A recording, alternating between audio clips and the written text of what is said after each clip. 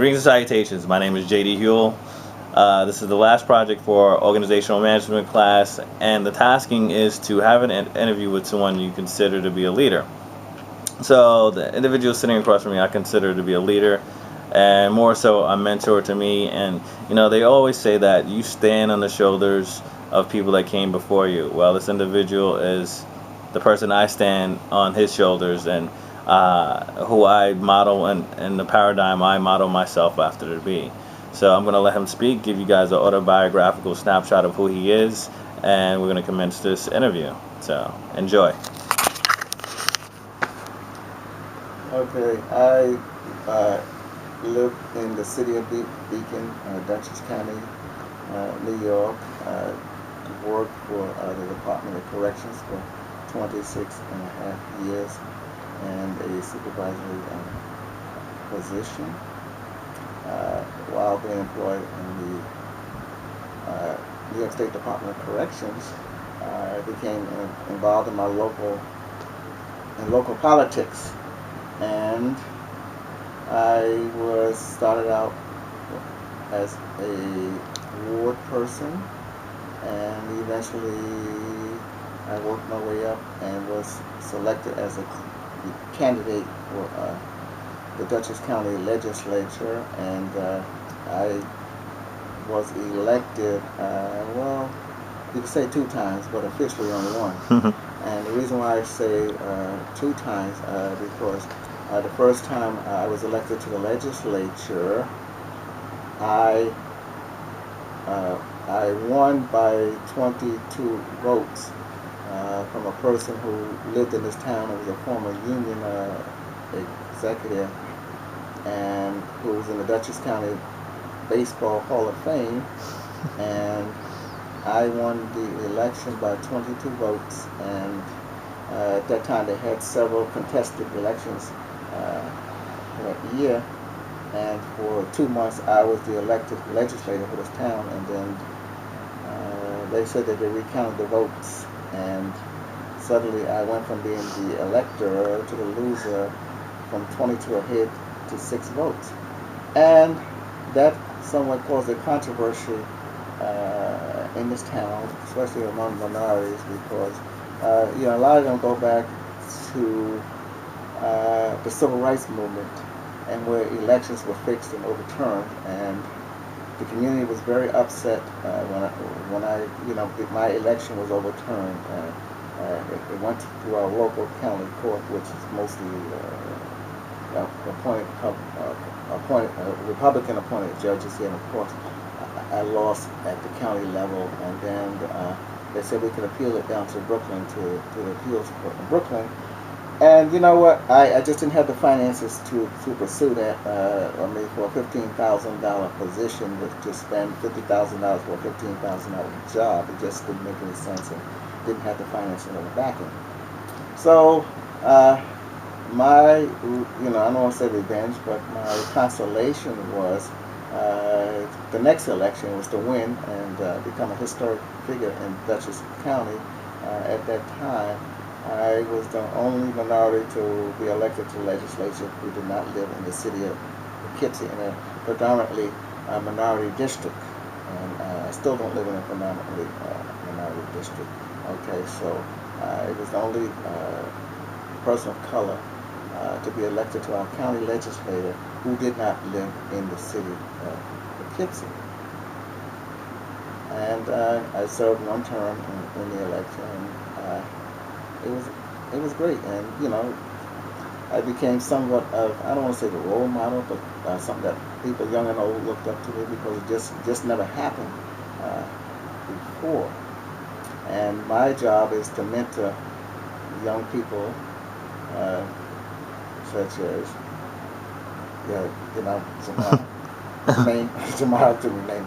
Anyway, to mentor him and you, and we need a future in politics in this country. I'm a Democrat, but I don't necessarily advocate that you join the Democratic Party. Really, the party that decides most elections are independents. Okay, most parties, Republicans going to vote for Republicans, and Democrats going to vote for Democrats. the elections are usually almost always decided by the independents. So for the future of this country, I look forward to mentoring any young people that want to get involved in politics. Good. So it's safe to say, with your storied history, that meaning and being in corrections and being a county legislator on the side of being a politician, that you've had some peaks and valleys like every human being has. I wanted to know, what are the greatest triumphs you had as an organizational leader, either in the county legislator or in corrections? Well, you know, an organizational leader was overseeing the county budget of like $250 million. I mean, you have to be an organizational leader, and I served on the Homeland Security Committee of Dutchess County, so of course I was in contact with law enforcement. I also served on the Airport Commission at Stewart Field. Okay, and you know, I was part of the organization, and you know, my experience at the legislature and being in management in the Department of Corrections helped out. I can communicate with people. I can write reports. I can analyze reports. I can read reports. I can make recommendations, and I can be controversial if I disagree with your opinion. Okay, I mean, not being controversial for the sake of being controversial. I just express my opinion. So I just think that management background and, you know, my educational background, being New York State licensed insurance broker and operating my own independent agency, also gave me some insight as to how to operate, you know, a budget and to interact with people. So as a leader and manager of others, what was the most effective way that you saw to evoke change in others or in an organization? I would say the vote change is the compromise. I mean, in any organization, most people think their ideas is better than the next person. All right. In order for an organization to be effective, then there has to be a compromise. So that's the most effective way to incorporate your ideas is compromise, give and take. Awesome. So all organizations, meaning state, local, governmental, private, public, all have a culture. The question I have for you is, what do you think is some best practices of culture that you've seen through your vast array of experiences? Well, I wouldn't want to call it vast. I would see somewhat limited, you know, from where I came from. But I was just being meeting people. You have to be personable. You know, meeting people. You know, like I expressed earlier, I am a lifelong Democrat, but I cross all party lines. All the major leaders in Dutchess County, Republican and Democrat, they recognize me and know who I am.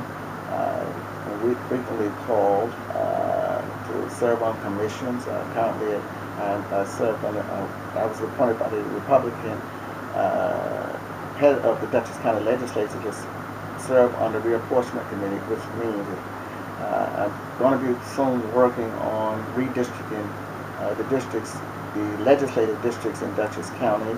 I'm the only minority that serves on that committee. And you know, if anything, I feel good about.